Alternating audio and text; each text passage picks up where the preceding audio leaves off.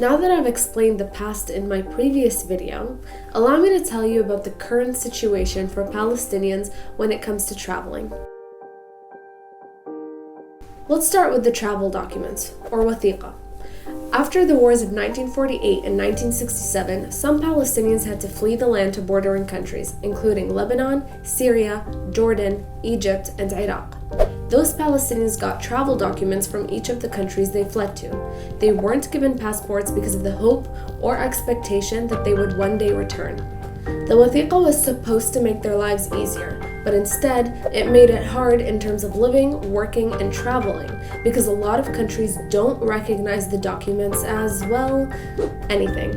And even the countries they got the travel documents from don't let them enter easily again if they go abroad. Moving on to Palestinians with Jordanian passports. Those who stayed in the West Bank got a permanent Jordanian passport after they announced the unity of both the West Bank and Jordan. But after they split again, Jordan started issuing them temporary Jordanian passports, meaning a passport without an ID number, meaning they don't get the same rights as those with the permanent passport. Now the Palestinian passport.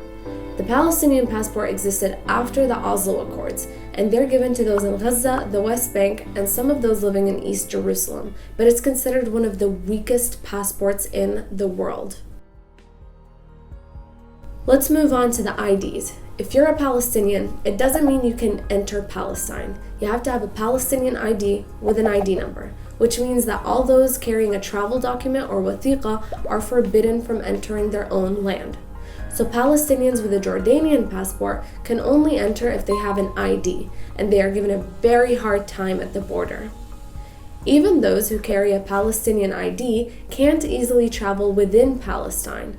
The Palestinians living in the occupied territories and Jerusalem carry an Israeli ID, which means they can travel within Palestine to a certain extent.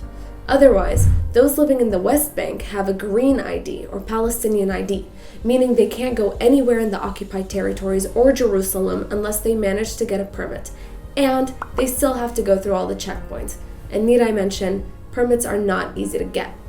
Those living in Gaza carry a green card, and most of them have the Palestinian passport and Egyptian travel documents from when Egypt was governing the land.